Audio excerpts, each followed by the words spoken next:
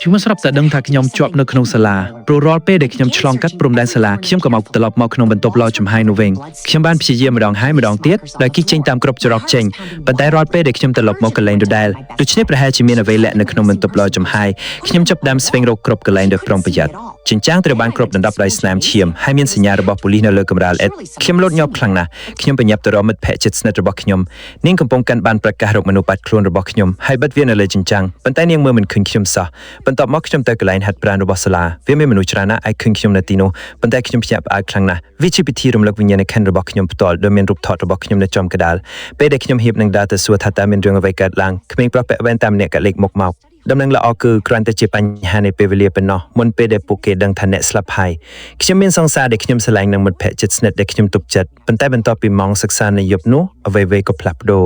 នៅពេលដែលខ្ញុំភ្ញាក់ផ្អើលនឹងសភាពនេះប៉ុន្តែខ្ញុំមិនអាចចាំបានថាតើមានរឿងអ្វីកើតឡើងក្មេងប្រុសពាក់វ៉ែនតាបានប្រាប់ខ្ញុំដោយស្ងប់ស្ងាត់ថាខ្ញុំស្លាប់ហើយនេះគឺជាថ្ងៃដំបូងរបស់ខ្ញុំនៅក្នុងពិភពលោកនេះខ្ញុំនៅតែមិនជឿដូច្នេះគាត់បាននាំខ្ញុំទៅទីលានបាបោះដែលមានមនុស្សដូចយើងជួបជុំគ្នា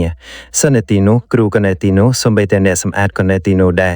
គ្រូបាននិយាយថាយើងទាំងអស់គ្នាបានស្លាប់ដោយអយុត្តិធម៌ដូច្នេះព្រលឹងរបស់យើងត្រូវបានចប់នៅក្នុងសាលានេះជារៀងរហូតគាត់បានសួរឲ្យចែករំលែកពីរបៀបដែលខ្ញុំស្លាប់ប៉ុន្តែខ្ញុំមិនដឹងថាអ្នកណាធ្វើបែបនេះដែរខ្ញុំទេ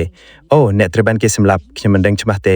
មើលចុះពួកគេមិនទាន់រកឃើញសាកសពខ្ញុំទេប៉ុន្តែខ្ញុំដឹងថាមានឈាមនៅលើចិញ្ចាំងក្នុងបន្ទប់ឡចំហាយហើយខ្ញុំនៅទីនេះឥឡូវនេះមនុស្សគ្រប់គ្នាមានការភ្ញាក់ផ្អើលប្រមូលហេតុនៃការស្លាប់របស់ខ្ញុំមិនត្រូវបានគេដឹងកំណត់អត្តសញ្ញាណហើយគ្មានសាកសពត្រូវបានរកឃើញខ្ញុំបាននាំក្មេងប្រុសពាក់វ៉ែនតានោះត្រឡប់ទៅកន្លែងចន្ទានោះវិញកន្លែងចុងក្រោយដែលខ្ញុំចាំបានថ្ងៃនោះខ្ញុំបានណាត់ជួបសង្សាររបស់ខ្ញុំឈ្មោះ Walter ប៉ុន្តែគាត់មិនដែលមកទេពីជាន់លើខ្ញុំឃើញគាត់ធៀបនឹងបើកឡានចេញទៅដូច្នេះខ្ញុំក៏រត់ចុះទៅសួរគាត់អំពីវាប៉ុន្តែ Walter មើលទៅហាក់ដូចជាភ័យគាត់និយាយថាទូរស័ព្ទរបស់គាត់អស់ថ្មដែលជាមូលហេតុដែលគាត់មិនអាចតាក់ទងខ្ញុំបានហើយគាត់ក៏មិនអើពើនឹងខ្ញុំអូខេធ្វើអញ្ចឹងទៅអូខេអូខេភ្លាមនោះ Walter បានដើរចូលទៅក្នុងអគារសាលាបណ្ដូចមិត្តភក្តិជិតស្និទ្ធរបស់ខ្ញុំដែរគាត់ក៏មើលមិនឃើញខ្ញុំដែរនៅពេលដែលខ្ញុំដើរទៅកាត់បានប្រកាសរកមនុស្សបាត់ខ្លួនខ្ញុំបានកត់សម្គាល់ឃើញថានឹងគូរូប graffiti នៅលើនោះខ្ញុំខឹងមិនហេតុព្យាយាមហែកវាប៉ុន្តែដៃរបស់ខ្ញុំត្រឹមកាត់វាខ្ញុំមានអារម្មណ៍ថាអាចប៉ះបានប៉ុន្តែខ្ញុំមិនអាចផ្លាស់ប្ដូរអ្វីបានទេ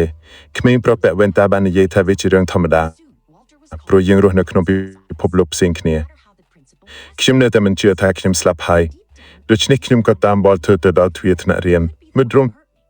ទុករបស់ខ្ញុំស៊ីម៉ូនកំពុងស្ថិតក្នុងសភាពបាក់ទឹកចិត្តដែលទទូចថាខ្ញុំមិនទាន់ស្លាប់ទេមិនយូរប៉ុន្មានគាត់បានងាកមកខាង Walter ព្រោះក្នុងនាមជាសង្សាររបស់ខ្ញុំគាត់មិនបានធ្វើអ្វីសោះតាមពីខ្ញុំបាត់ខ្លួនប្រកាសជាពាក់ព័ន្ធ Walter បានគេជ្វះពីប្រធានបទនេះហើយព្យាយាមចាក់ចេញប៉ុន្តែស៊ីម៉ូនបានចាប់កាបូបស្ពីរបស់គាត់បន្ទាប់មកមានរឿងគួរឲ្យភ្ញាក់ផ្អើលបានកើតឡើងទូរស័ព្ទរបស់ខ្ញុំបានធ្លាក់ចេញពីកាបូបរបស់គាត់ហើយធ្លាក់ដល់ដីនោះមានន័យថាគាត់ពិតជាលាក់បាំងអ្វីមួយមិនយូរប៉ុន្មាន Walter ត្រូវបានហៅទៅការិយាល័យនាយកសាលាប៉ុន្តែនាយកសាលាព្យាយាមសួរគាត់យ៉ាងណាក៏ដោយក៏គាត់នៅតែស្ងៀមស្ងាត់នៅក្នុងចិត្តខ្ញុំមិនចង់ជឿថាសង្សារដែលស្រឡាញ់អាចជាអ្នកដែលធ្វើបាបខ្ញុំ